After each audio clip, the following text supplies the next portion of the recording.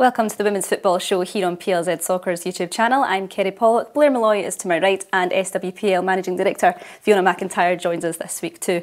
Before we get into the meat and bones of all the results from the weekend and yesterday, let's have a look at the results. A share of the points for most teams was Glasgow City 2, Hibernian 2, Hamilton 3, Aberdeen 3, Montrose 1, Motherwell 1, Spartans 0, Dundee United 0, Hearts 3, Partick Thistle 2, Rangers 0 and Celtic 0. The title race is very much heating up. Fiona, does that make your job a little bit harder or adds more excitement to it? More excitement for sure. There's always logistical challenges if it goes to the final day, but that's a challenge that we want to have. From my perspective, it's just brilliant that it's getting really tight towards the end of the season.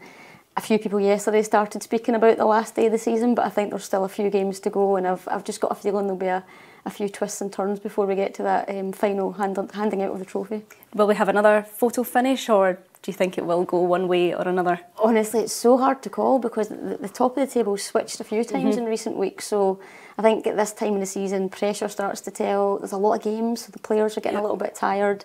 So it's genuinely really hard to call. But if I'm a betting person, I think it will go to the final day of the season, and that's fantastic for the SWPL. Before we get into the game then, Hearts, a quick mention, the only team to pick up 3 points at the weekend. They've took points from both, from Celtic, Rangers and Glasgow City, of course. Do you think they can bridge that gap next season? They seem to be doing really, really well. I think they deserve a lot of credit. They've invested sort of in their central resources, so for the last few years now you can see how they've steadily improved. They've sort of overtaken Hibs in the last couple of years and cemented that 4th place.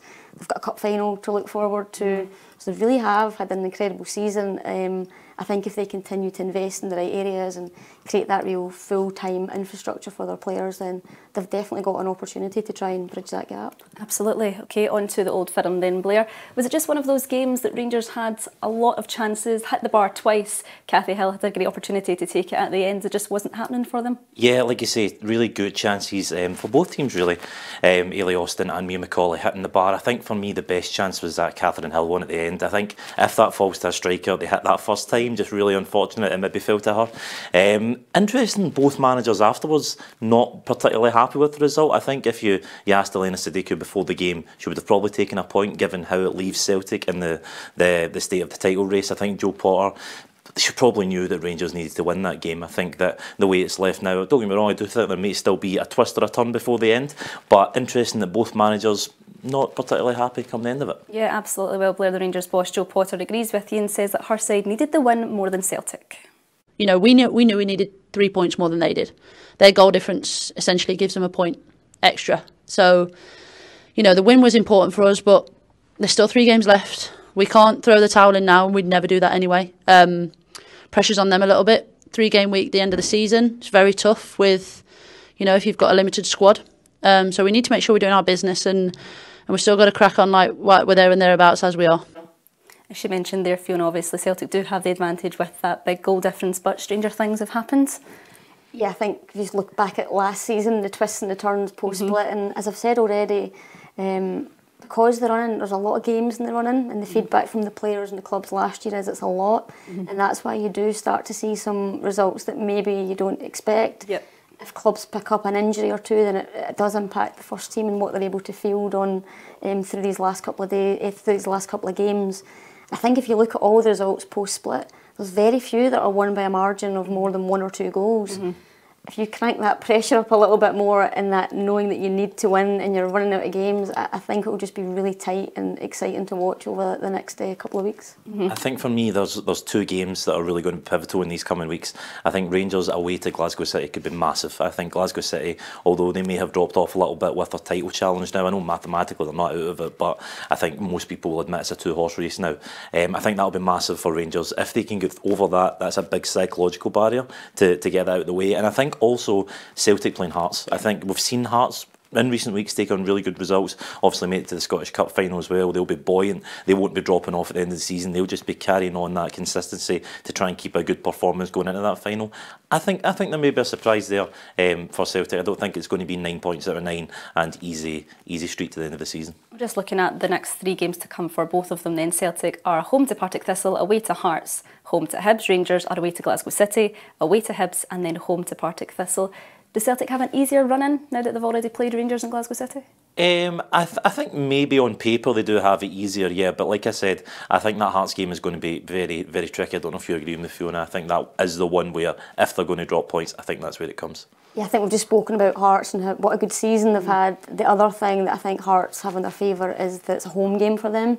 And the feedback we get from the clubs is that pitch up at Oran was really challenging. Yeah. And it is a bit of a leveller at times. So I think that is the game that people will look to and think that Celtic are under a little bit of pressure going away to Hearts. And it's a midweek game following a Sunday as well. So it'll be really interesting to see how that one plays out. Absolutely. Well, we heard from the Celtic boss, Alina Sudoku, after her draw with Rangers yesterday, and she believes her side should have taken all 3 points.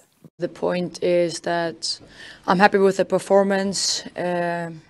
Obviously, Rangers had to cross-pro from distance, which was that, but otherwise they had nothing.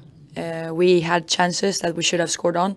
So even if we should be happy with the point because we're still top of the league, I think that we should have won. We love it, Fiona, the title race going right to the very end of the day, but I'm sure Alina would want a little bit more of a cushion as we get towards the end of the season. Yeah, I think when you're that close, we're speaking about Celtic's goal difference, and clearly Joe made the point, it's like an extra point. And it is, but you're going into the last 3 games of the season. If one team had won it yesterday, it does give them a little bit of a cushion over the last 3 games. There's no margin for error, and I think that's what makes it, for us sitting here as neutrals and fans, it's really exciting. I think if you're one of the managers responsible for leading a team into those high pressure games, you can understand why both are disappointed that they didn't get those 3 points yesterday. Is there much difference in quality for you, Blair, between the two sides? I don't think so. I think that, especially with Elena coming in, I think she's really steadied the ship at Celtic and seems to have them playing a lot more of a solid brand of football. They seem like a obviously genuine title contenders now. They look probably favourites for it. My only question would be maybe the mentality, given that they've not won this title before. It obviously takes a bit of a difference to get that over the line. Joe Potter has obviously had a serial winning career down south, so I think that maybe that might be an interesting factor if they can get over the line in these last 3 games. As we mentioned, Fiona, is a bit of a 2-horse race now, Glasgow City falling a little bit behind. Do you think those two have taken the competitiveness to a new level this season? They've kind of drove on forward? Potentially, I think I would never write Glasgow City off, and I don't mean that in the context of this year's title race. I think even they would acknowledge it's too difficult for them to make up that gap now. But I think with Glasgow City, they're usually at their best when people doubt them. So would it surprise me if they go and recruit in the summer and look to galvanise and look to get back in amongst that title race? Because I've seen it time and time again. People say Glasgow City are maybe going to drop away. They don't. They will, without doubt in my mind, they will look to challenge again next year. That's a really interesting point, because I think people just expect Rangers and Celtic now, with the budgets, with obviously the feeder clubs coming down. It's like they think they're going to run away with this division for the next 5-10 years. But like you're saying, Glasgow City, they don't want to become that third force. They want to be right in amongst it and potentially take their crown back again. And they've got some financial backing, so I think that helps them keep competitive with Rangers and Celtic. So yeah, I would never bet against Glasgow City. I think there's been too many times that it's been said and they've always come back. Absolutely. Well, there's plenty of football still to be played. Let's remind ourselves of what's coming up in the fixture list. Hibernian will take on Hearts in the Edinburgh Derby. Celtic face Partick Thistle. Dundee United host Montrose. Spartans will take on Hamilton. Aberdeen face Motherwell, and Glasgow City, of course, will face Rangers. Well, award season was upon us. Fiona, Rangers had a clean sweep in the SWPL Manager of the Year, the Player of the Year and Young Player of the Year, starting with Jo Potter, first female to be nominated and to win. She's been there, done it as a player. How much of an asset has that been to Rangers, would you say? I think she's been a huge asset to Rangers. I was at the awards the other night and I thought she spoke incredibly well, both when she was receiving her own awards, but speaking about the players that picked up the awards as well. I think she's just become really quickly a good ambassador for Rangers. You can see there's a strong relationship between her and the players. They're really playing for her. Yeah. I think she's been a credit, not just to herself and Rangers, but I think she's a real asset to the league and a real high-profile quality individual and the kind of people we want to attract to the SWPL. Absolutely, and Blair, I think she really enjoys the fact that she's got that professionalism and the youthness as well in her team, as well as the experienced ones. Yeah, I think she's been, like you said, a great ambassador for the league, and I think a question to yourself, like, is having a high-profile name like Jo Potter coming up here, being successful with Rangers, being such a good ambassador, does that pave the way for potentially more bigger names to come into the game up here? Potentially. We want the very best people up here, so if some of them come from England and look at Jo's path and think, oh wow, that's an interesting path, that's something that I would like to be involved in, and that's fantastic. But I'm also really keen that we get good Scottish coaches developed, and you can see across the league we've got a number of Scottish coaches that they'll be hopeful as well that they will get a big move, whether that to be one of the bigger clubs in the SWPL or down south. So I think the balance is good. It's no different really to the playing squad. You want the very best people that you can get of the highest standard, and I think some of them coming up from England, what it does is probably create more interest down south, a bit like the Steven Gerrard effect in the men's game, because she's recognisable and a known face. People down south perhaps are having a look up here to see how she's getting on. So in that respect, I think commercially it definitely helps the league. But I'm keen that we just get the very best Scottish coaches and those from down south as well. Yeah, absolutely. And having someone as experienced as her involved in our game, it brings more eyes and a larger audience as well. That's it. And like we said before when we were speaking, I think the more high-profile individuals you have, the more interest there is generally. That's part of my role, is to try and make sure people are more aware of the SWPL. We will never convert everyone to being fans of women's football or the SWPL, but what we can do is make sure they know about it. And when it comes to big moments like this at the end of the season and it's a title running, you want people just to have that awareness and an understanding of what's going on, because that shows me that culturally women's football is becoming excuse me, part of the fabric of Scotland and Scottish football, because for the longest time it was really not visible enough at all. Yeah, absolutely. And Rangers' Rachel Rowe won Player of the Year. She's been a standout for Rangers this season and is someone who isn't scared to give her opinion, especially when it comes to fans. She asked the questions, where are they? It's a fair question. I love that when players have an opinion, and I think what we have in the women's game is we have a lot of players that see themselves as real ambassadors for change beyond just their responsibility as football players, and I think that's really important, and that will help drive us forward. From the league's perspective, I think we're seeing record fans. Last year we had over 100,000 through the gates. This year it looks like we're on course to beat that, but I can see why in some individual games, when you look at the audience, you think there could and should be a little bit more, but that's part of the work we're doing. I know the clubs are doing, even speaking to our counterparts down south. It's difficult where everyone's still trying to work out exactly who their audience is and who they're speaking to. Is it the fans on the men's side, or is it a completely different audience that's more family oriented? That's the sort of challenge that everyone's trying to navigate, but we're certainly seeing crowds going in an upward direction, and we're happy with that. Definitely, and Mia McAulay from Rangers as well picked up the Young Player of the Year. There wasn't in any doubt that she was going to be win that award, Blair, but being that nominees definitely. Yeah, she's been a bit of a phenomenon recently, and especially this season. And I can't believe she's only 17 years old. Like she's so good. I think one that's definitely destined for a move in an upward trajectory in the not too distant future. I thought she was really unlucky yesterday with that effort that came back off the bar, and just the confidence for a 17-year-old to be playing in that team with those established figures. And like you said, having someone like Jo Potter at the helm, someone she can learn off of that's been there and done it, that can only be good for young players' development like that.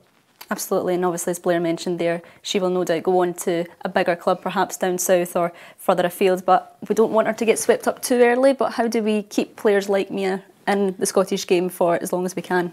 I think it was really telling at the awards when Jo was asked about Mia just how glowingly she spoke about her and said she can go to the very top. She obviously trusts her in the sense to put that on her shoulders. She obviously trusts that she's got the mentality to cope with that sort of label, and what I've seen of her, I absolutely agree with it. But you're right, we want to retain players as long as we can in the SWPL.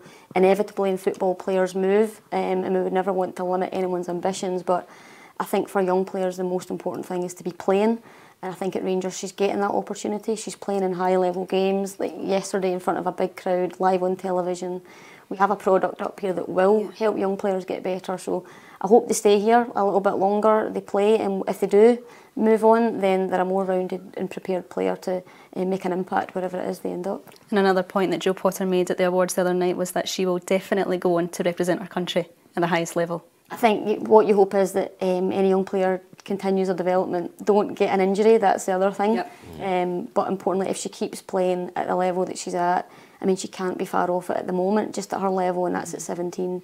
I think what's exciting about her is you know how much improvement is still to come, because she's so young that if she keeps improving at the rate she is, then who am I to argue with Jo Potter? Yep, absolutely. Well, on behalf of myself, Blair and Fiona, thanks for listening and thanks for watching.